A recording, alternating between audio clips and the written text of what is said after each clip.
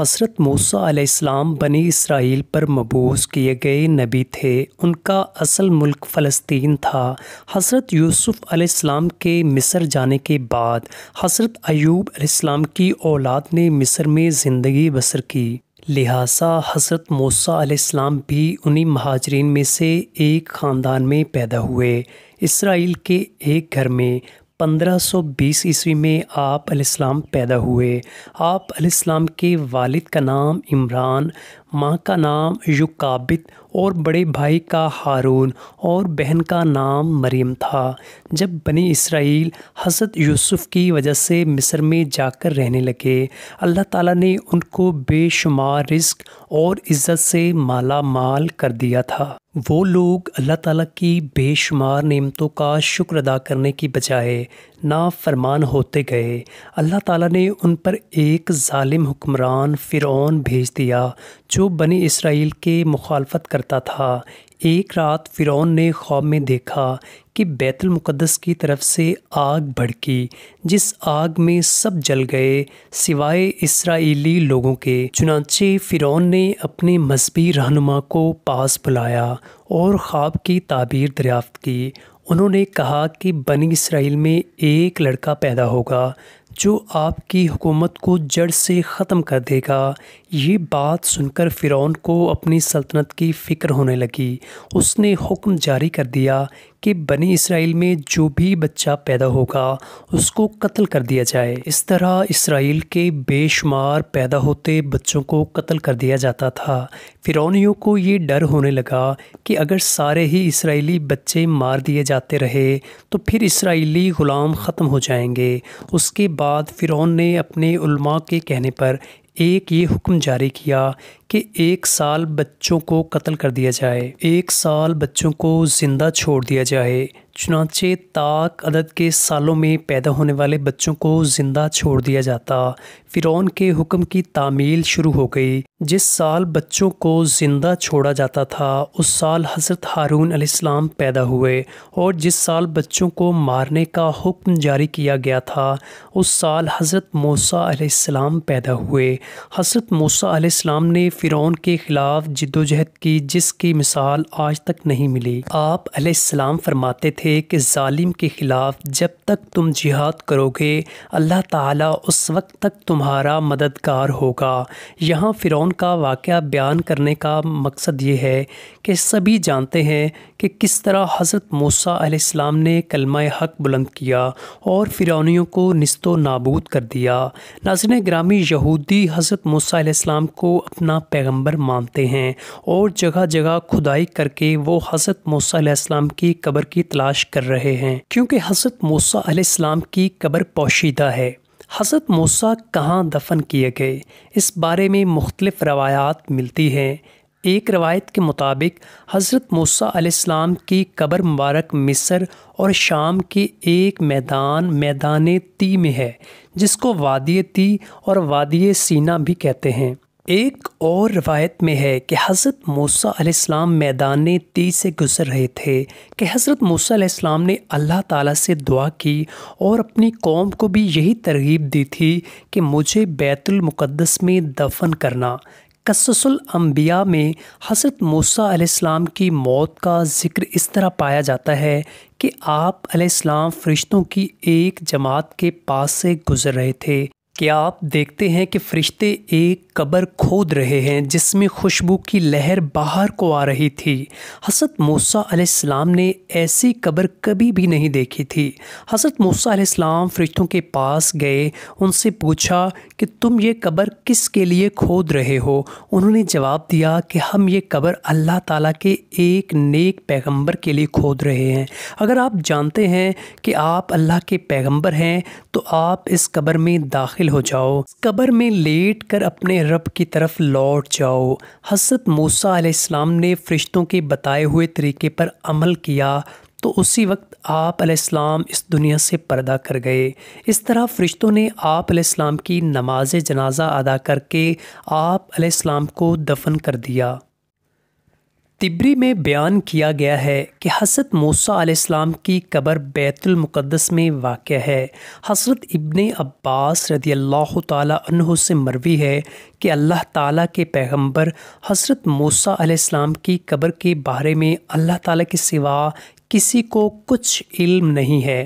اللہ تعالیٰ کے آخری نبی حضرت محمد صلی اللہ علیہ وآلہ وسلم کا فرمان ہے کہ اگر یہودیوں کو حضرت موسیٰ اور حضرت ہارون کی قبروں کے بارے میں علم ہو جاتا ہے تو ضرور وہ ان دونوں بھائیوں کو اپنا خدا مان لیتے۔ اسرائیلیوں کا یہ ماننا ہے کہ حضرت موسیٰ علیہ السلام کو فلسطین یروشلم کے قریب دفنایا گیا تھا۔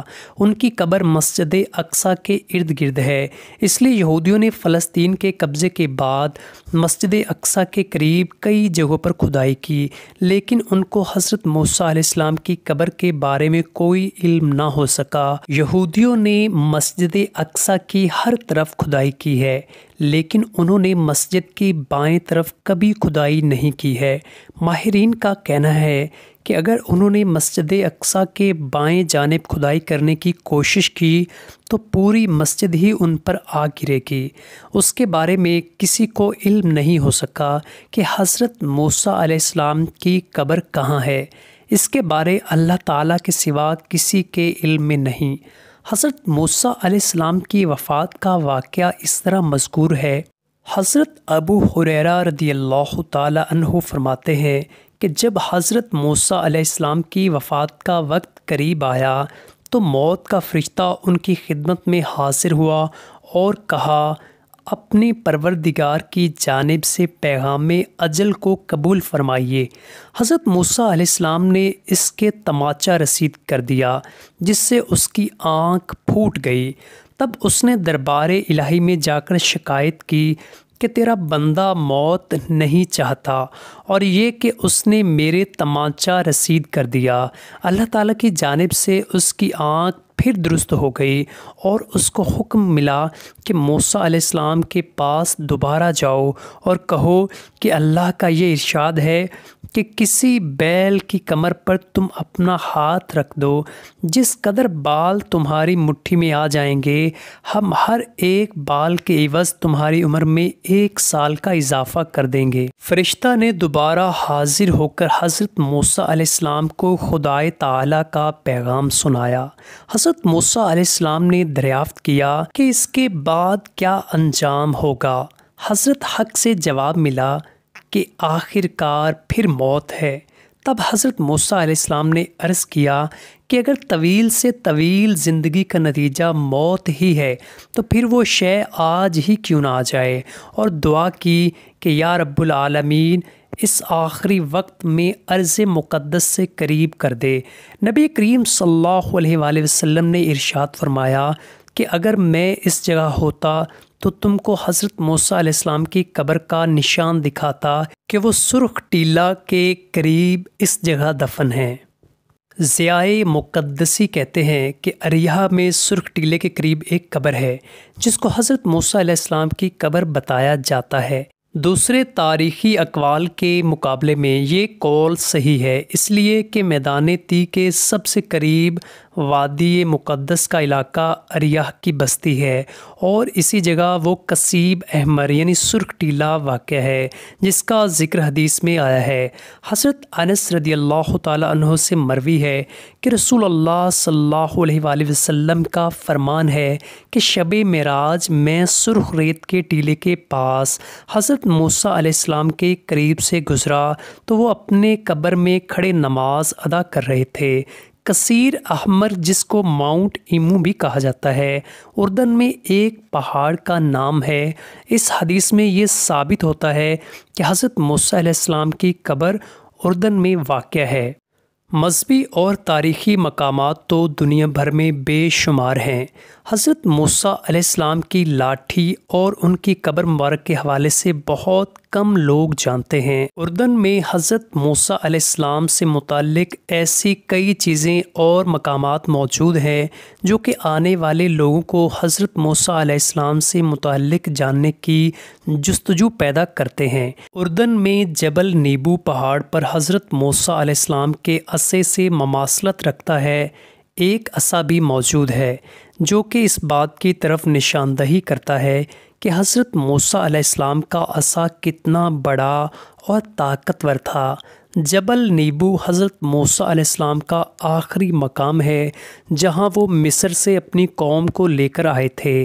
بڑے بڑے پتھروں سے اور ہلکے براؤن رنگ سے بنے پتھر اس بات کی نشاندہی کرتے ہیں کہ یہ مقام کافی پرانا ہے جہاں کافی عرصے سے لوگوں کا گزر ہوتا ہے۔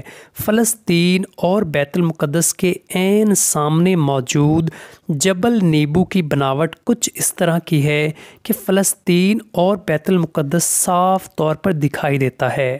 جبل نیبو کا مقام اس حد تک دلچسپ اور دل فریب منظر سے مزین ہے کہ یہاں سے کھڑے ہو کر جہاں تک نگاہ جاتی ہے پہاڑ اور دریا ہی نظر آتا ہے۔